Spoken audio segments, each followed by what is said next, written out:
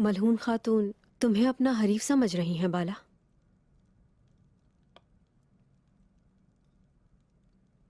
एक दिन खुद गलत साबित होंगी वो।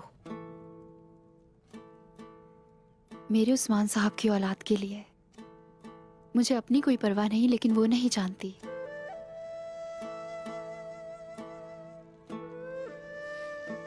तुम्हारा दिल बहुत रहम दिल है बाला।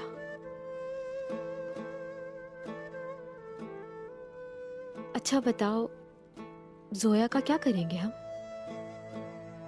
अगर हमारा शक सही है तो इससे उस्मान साहब को तकलीफ होगी।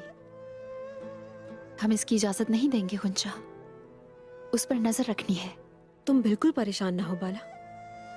पहले हमारे सरदार वापस आ जाएं, फिर हम अपने सारे शकों को शुबहात उन्हें बताएंगे। वो इस बारे में जरूर कुछ करेंगे।